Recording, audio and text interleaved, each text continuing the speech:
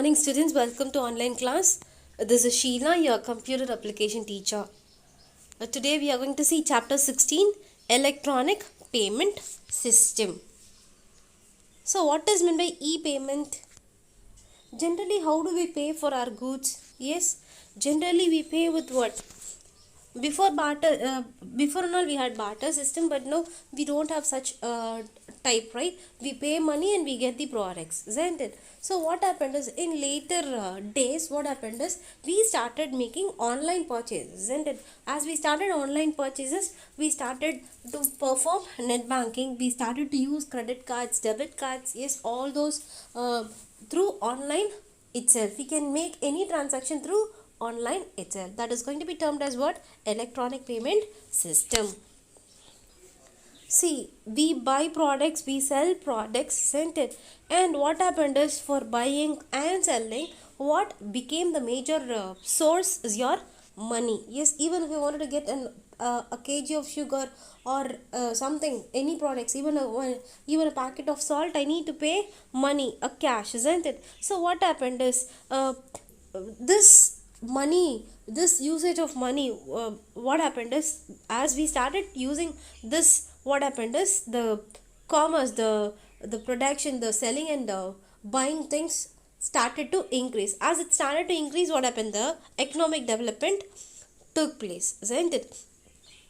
And what happened is, we started to use physical money. A traditional way of buying and selling products is using your cash, yes, to live, for getting our daily products, to buy goods and services. As the number of transactions started to increase, what happened? The money value, the volume, the content, the money's value started increasing, isn't it? And for large transaction, if it is going to be in crores, it is not possible for me for using cash alone. And we also had some security problems, isn't it? We cannot carry lakhs and crores just like that, because we had problems. People will steal it, rob it, they will even kill for the money, isn't it? So that such problems occurs. And even the transportation was a large problem, because when you have large amount of cash transactions, you need to be very careful with your transportation as well, if you wanted to carry it from one place to the other, isn't it? Now what happened? As the money started to increase, as the transaction started to increase, we needed the support of banks. Yes, so what does this bank does? Bank started to offer you many payment methods, cashless methods. What are the cashless methods? You can go either by check, you can pay it by DD. Yes, though we started the traditional way of buying and selling, as though it started to change, we started to adapt to the new things. So what is e-payment system? An electronic payment system is a financial arrangement that consists of a mediator to facilitate the money transfer, money substitute between a payer and the receiver. Say for example, I am buying a product through some app, let it be Meesho, Amazon, something. Yes, the retailer, the person from where I'm getting will be someone else, but I'm just transferring the money through the online itself. Yes, how does it get transferred to the concerned person? It is through the bank, isn't it? The bank gets the money and it transfers the money to the corresponding person. So that is going to be a mediator here. So with the help of the intermediator, we are able to make a money transfer between the payer and the receiver. And this sort of money is termed as liquidation, clearing system or clearing service. It ensures the transfer of value from one subject of the economy to another and plays an important role in modern monetary systems. The modern payment system may be physical or electronic, and each has its own procedures and protocols. What is a protocol? They have their own set of rules that guides the financial institution with payment mechanisms and legal systems. Standardization has allowed some of these systems to grow to globally. See, the main thing in your financial, in your business is going to be payment, isn't it? So as many different payment system occurs, happens, what happens is your payment system just gets or confused, becomes complex. So what happens, as we started to introduce new type of what is it, new type of payment system, the payment system faces too many challenges. Not the payment system, but the people who are trying for an electronic payment actually faces few challenges. Say for example, now Paytm has started UPI, Bitcoin, and various mobile payment options are there. As a result, there are more than 750 payment systems throughout the world. Could you imagine 750 payment systems all over the world? We have 750 payment systems. Yes, just have a look here in this diagram. This is one kind of payment method. See, the consumers pay through mobile phones, you get smart apps, e-commerce is done. Yes, you have so many different ways to pay your money. See, as the internet technology started increasing, started advancing, what happened is we started to get many types of electronic payment methods. Yes, based on the value of the money transactions that we are doing, the processing time, processing requirements, security issues, usability, electronic payment systems. Based on all this, what happens is we are classifying the electronic payment system into two. One is going to be micro electronic system, and the other one is going to be macro electronic payment system. In an online payment system designed to allow efficient and frequent payment of small amounts, this microelectronic payment supports small amount of electronic transaction. Yes, in order to keep the transaction cost very low, the communication and computational costs are minimized here. Like macro electronic payment, which use expensive public key cryptography, microelectronic payment are relaxed by using lightweight cryptographic primitives and offline payment verification. See, what is meant by cryptography? Cryptography is nothing but your whatever you are doing, the mode of transaction will be encrypted from one form to the other. What is meant by encryption? Transforming the data into something which cannot be read. It will not be in a readable format. It will be in some other format, and we call it as ciphertext. Fine. So what happens is, as the ciphertext reaches the end user, what happens is it just gets converted from the ciphertext to the plain text, such that the end user can understand what the content is. Yes, in the mid people cannot understand what is actually happening. Yes. So what happens is, your macro electronic payment actually uses expensive public key cryptography, whereas your micro electronic payment does not use such expensive cryptographies. They use the basic cryptographic methods, and they also make offline payment verifications. As the security of micro electronic payment is comparatively low, it could be tampered, but the cost of fraud is much higher than the possible value to gain by fraud itself. So the security in microelectronic payment is considered to be adequate. The majority of microelectronic payment systems were designed to pay simple goods on the internet.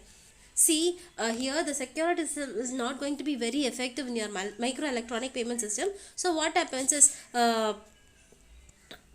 some simple goods alone will be allowed to get in your internet. Subscriptions of online games, like for example, subscription of online games, reading journals, listening to a song, and watching a movie online. All these are going to be what? Microelectronic payment system.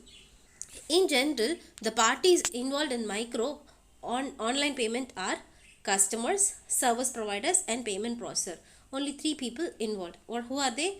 Customer, we, service provider, and the payment processor. Service provider is the person to whom we are going to get, and the person who makes the transaction occur from the sender to the receiver. Yes, the microelectronic payment transaction is explained here.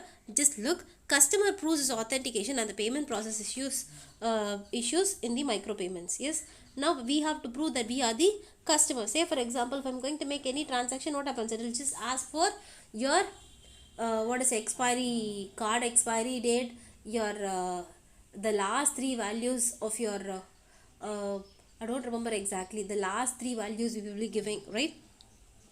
Next word, the customer pays the micro payment to the online service provider and gets the requested goods or services for them. Next, service provider deposits the micropayment received from the customer to the payment processor and gets the money. So the microelectronic payment system works on the basis of simple cryptographic algorithm. Based on the algorithms used, it is actually classified into following categories. What are they? Hash chain. Hash chain based on, these are the types of cryptographies that we use. Yes, hash chain process. Next, hash collision and hash sequence process. Hash is nothing but finding a key value. Yes, through which key we can make this encryption work. For that we use certain formulas. Yes, and using that formulas you will be able to find the key, and for finding the formulas the word that we use is going to be hash. Yes, hashing technique. Hash chain, hash collisions, shared secret keys based on microelectronic payment systems, and probability based microelectronic payment systems. Now let us move on with macroelectronic payment system. It supports payments of higher value. Yes, and they are more rigorous in macro payment systems because of huge money transactions. Bank will impose a minimum transaction overhead on macro payment system. These transactional overheads for the usage of computationally expensive cryptographic operations. What do you understand here? We already know macro is going to use a costly, expensive cryptography method, isn't it? Because the payment is going to be high, the money is going to be high, we wanted to apply quality cryptography. So what happens? It is going to be, obviously anything which is very quality is going to be very costly. So when it is being applied, what happens is the bank will demand for charge, because see, I am using this quality of cryptography to secure your transaction. So in such a way you need to pay me. That is it. So what happens? The payer, the person who is actually using this bank will have to pay for the bank also. Yes. Some of the popular macro online payment systems are card-based systems, electronic account transfer, electronic cash payment, mobile payments, and internet payment systems. Next, what is card-based payment? We know card. What is card, isn't it? Debit card and credit cards, isn't it? Payment cards are plastic cards that enables cashless payments. They are simple embossed plastic that authenticates the card holder. Yes, in that plastic you can see who is using it on behalf of card issuing the company, which allows the user to make use of various financial services. More than 90% of online payments are credit based payments. Yes, at the same time, other e-payment methods are also gaining importance nowadays. Based on the transaction settlement method, there are 3 widely used card payment systems. What are they? One is going to be credit card, I already told you. Next is going to be debit card, fine. Next is going to be stored value card. Say for example, if you get into any malls and if you play a game, yes, or if you get into a Reliance, they'll give you a card which actually stores the points, isn't it? Let us consider this itself. When you get into a mall, they'll give you a card which actually has credit values. Yes, with the help of that card, what do? We play games, isn't it? As we play, the money value will be getting decreased, and as it reduces, we can just boost it up again, isn't it? That is going to be stored value card. As well, in the stored value card, what do? We pay before itself and then we will spend, isn't it?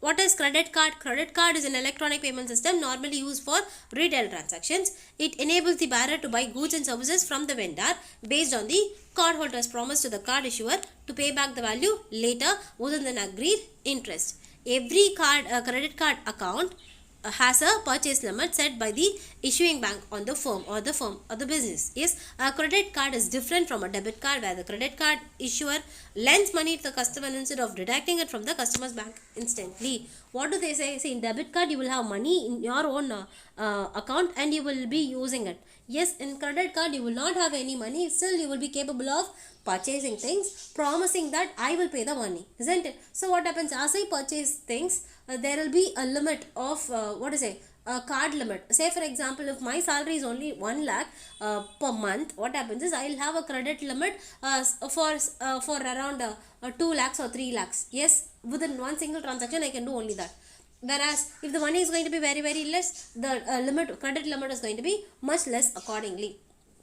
Yes, not only that, what happens is who is actually paying your money? The bank will be paying your money and you have to pay the bank instead.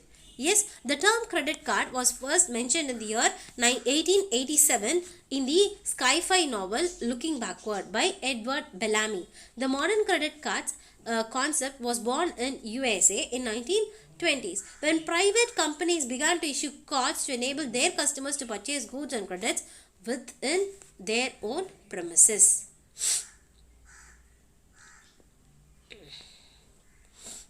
See, this is going to be credit cards. Now let us see the advantages of credit cards. Our credit cards are accepted worldwide. It is not necessary to pay physical money at the time of purchase. Exactly. But the customer gets an extra period to pay the purchase. Yes, 40 days, 30 days. You will have a limitation where you can pay within that duration. Yes, depending on the card, there is no need to pay annuity as well. It allows purchases over the internet in installments. Some issuers allow a round up purchase price and pay the difference in cash to make the transactions easy. Who are all involved in credit cards? Bearer. Who is bearer? The holder of the credit card. The person who is actually using it is going to be bearer. Yes, or a portion of balance. And who is a merchant? The storekeeper or the vendor who sells or providing the services receives the payment made by the customer through the credit card. The merchant, the person who is actually using, say for example, using the credit card. If I am going to buy a fridge, this is just an example. If I am going to buy a fridge, what happens? I am the bearer. I'll give the card and I have no money. I'm just getting a fridge. And the person who is selling the fridge will receive the money. How does he receive with no money? The acquirer, through him. See, merchant's bank that is responsible for receiving the payment on behalf of the merchant and send authorization requests to the issuing company through the appropriate channels. See, this merchant bank, what happens? They only pay the money instead of the person who is actually getting. Credit card network. It acts as the intermediate between the bank. Between the banks. The company responsible for communicating the transaction between the acquirer and the credit card issuer. These entities operate the networks that process credit card payments worldwide and levy interchange fees. Example, Visa, MasterCard and RuPay. These are the types of credit cards actually available. See how it actually takes place. The card holder actually what happens? Pays the merchant for the purchase with a credit card. And this merchant, what happens? Sends the credit card details to the acquirer, a person who has to get the money. And this acquirer actually forwards the credit details to the credit card network, and the credit card network requires the payment authorization from the issuing bank. Yes, we can pay.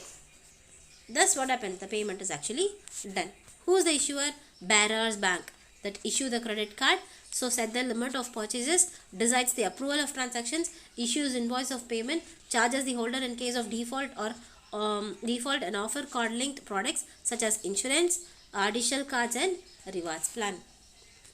Issuer is the person who actually issued the card to the bearer. Yes, they are responsible for the approval of transactions. They only set the limit for the purchases, and if there is any reward plans, they only insist. They only tell the bearer. Yes, anatomy of credit card. Let us see. Anatomy means what? The parts, what and all is actually present in the credit cards. Yes, all payment cards are usually plastic cards of size 85.6 mm width and 53.9 mm height. Rounded corners with a radius of 2.88 mm to 3.48 mm, and the thickness is going to be 0.76. All the cards are universal, so every card is going to be of this type only. These standard dimensions are maintained universally in accordance with ISO. So who is publisher? Emblem of issuing bank along with the subcategory or scheme, if any. What is the credit card numbers? Credit card numbers, modern credit card numbers has 16 digits. Yes, how many digits are there? 16 digit unique identification number. First digit of credit card is actually MII, major industry identifier. It identifies the issuer category, whether they are airlines, and 4 is banks. Yes, the next 5 digit uniquely identifies the issuing organization. The first digit together is called as issuer identifier number or bank identification number. Yes, One is going to be airlines. The second four the last three digits that I forgot was CVV numbers. Yes, backside, which is actually present, and that number is actually needed. Either it is going to be credit card or debit card, isn't it?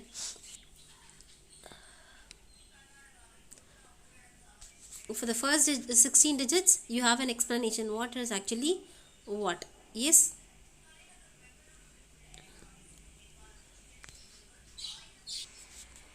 The last digit is a check digit. Yes, name of the card holder is actually present in the front side of the magnetic stripe. You can see name, surname. Yes. Next, what do you have? You have an EMV chip, electromagnetic chip. You can see a chip here, like what to say. A chip is also present. And next, you will have what is EMV? EMV stands for Europay with MasterCard or Visa. These three names correspond to the names of the companies which is responsible to develop this technology. Yes, it is categorized into chip and signature and chip and pin. RFID. RFID radio frequency identification symbol. It is 4 curved radiating right words similar to the titled Wi-Fi symbol. Which is your RFID symbol? Have a look here. You can see here, isn't it? This is going to be your RFID symbol. It indicates the contactless smart card. Next, you have expiration and month and year, isn't it? Here you will have expiration month and year. I'm sorry. Here you will have an expiration month and year. Yes. Next, card brand logo. It is actually present in the, whether it is going to be Visa card or MasterCard, that logo will also be present. Yes. Here logo will be present. Next, what else is actually present? Magnetic stripe. It is an iron stripe containing encrypted data of the card holder. This is going to be the iron strip. Yes. Next, you will have an hologram, 3-dimensional image formed by the interference of light beam.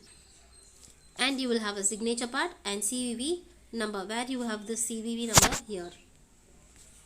Yes. And what is credit? Debit card. Debit card is an